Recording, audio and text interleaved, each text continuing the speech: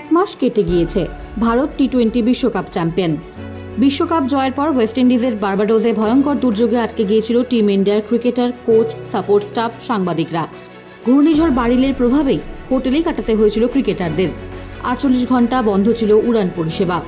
সেই সময় ঠিক কী করেছিলেন টিম ইন্ডিয়ার ক্রিকেটাররা, সেই ঘটনাই প্রকাশ্যে এলো। বার্বাডোসে ক্রিকেটার এবং সাংবাদিকদের জন্য বিশেষ চার্টার বিমানের ব্যবস্থা করেছিলেন বোর্ড সচিব জয় শাহ। ওই ফ্লাইটেই রোহিত শর্মা, বিরাট কোহলি, তৎকালীন কোচ রাহুল দ্রাবিড় সবাই ছিলেন। বিজনেস ক্লাসে ছিলেন দ্রাবিড় আর ইকোনমিক ক্লাসে ছিলেন ক্রিকেটাররা। স্টার স্পোর্টসের এক প্রযোজক টিমের সঙ্গেই ছিলেন। তিনি জানান, ক্রিকেটারদের উত্তেজনার কোনো খামতি ছিল না। বিশ্বকাপ জয়ের আনন্দে মশগুল ছিলেন সবাই। হিন্দুস্তান টাইমসের একটি রিপোর্ট থেকে জানা গিয়েছে, ওই ফ্লাইটেই রোহিত, বিরাট, ঋষভরা যা করেছেন তাতে কেউই শুতে পারেনি। ওই প্রযোজক জানিয়েছেন, বার্বাডোস থেকে নয়াদিল্লি এই লম্বা সফরে অনেকেই ঘুমোতে চেয়েছিলেন, কিন্তু হঠাৎ রোহিতের গলা শোনা যায়, কারোর সঙ্গে মজা করছিলেন। এরপর হার্দিক আসেন, ঋষভ পান্ত, তারপরে হই হুল্লোড় শুরু হয়।